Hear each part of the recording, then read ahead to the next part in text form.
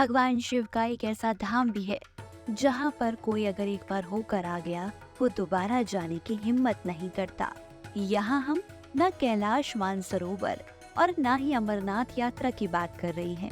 यहाँ हम बात कर रहे हैं किन्नर कैलाश की। दरअसल तिब्बत स्थित मानसरोवर कैलाश के बाद किन्नर कैलाश को ही दूसरा बड़ा कैलाश पर्वत माना जाता है। सावन का महीना शुरू होते ही हिमाचल की खतरनाक कही जाने वाली किन्नर कैलाश यात्रा शुरू हो जाती है। इस यात्रा के बारे में कहा जाता है कि इस यात्रा को अपने जीवन काल में आदमी एक बार ही करने में हिम्मत जुटा पाता है। इस स्थान को भगवान शिव का शीतकालीन प्रवास स्थल माना जाता है। किन्नर कैलाश सदियों से हिंदू व बौद्ध धर्म के अनुयायियों के लिए आस्था का केंद्र है। इस यात्रा के लिए देश भर से लाखों भक्त किन्नर कैलाश के दर्शन के लिए आते हैं। किन्नर कैलाश पर प्राकृतिक रूप से उगने वाले ब्रह्म कमल के हजारों पौधे देखे जा सकते हैं। भगवान शिव की तपोस्थली किन्नौर के बौद्ध लोगों और हिंदू भक्तों की आस्था का केंद्र किन्नर कैलाश स्थित शिवलिंग की ऊंचाई 40 फीट और चौड़ाई 16 फीट है।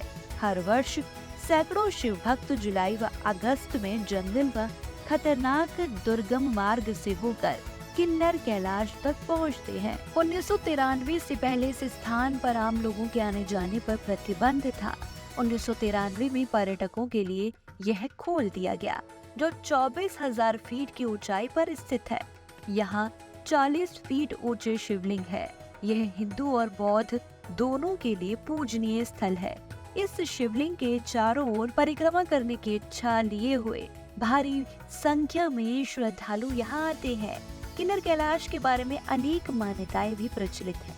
कुछ विद्वानों के विचार में महाभारत काल में इस कैलाश का नाम इंद्रकील पर्वत था, जहाँ भगवान शंकर और अर्जुन का युद्ध हुआ था और अर्जुन को पाशुपतास्त्र की प्राप्त हुई थी।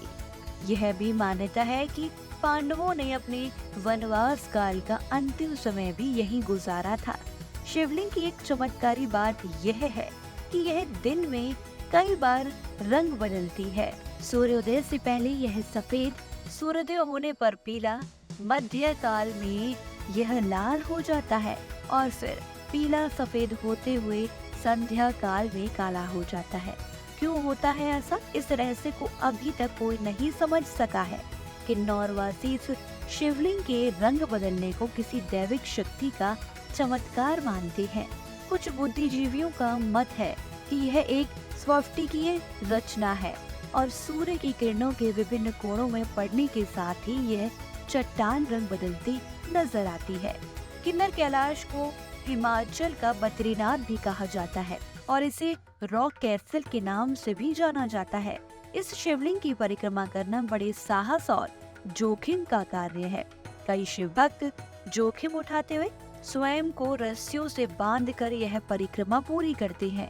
पूरे पर्वत का चक्कर लगाने में 1 सप्ताह से 10 दिन का समय लग जाता है। ऐसी आत्मकथाओं से जुड़े रहने के लिए हमारे चैनल को लाइक, शेयर, सब्सक्राइब कर बेल आइकन दबाना ना भूले और देखते रहिए हिंद बज़ भक्ति।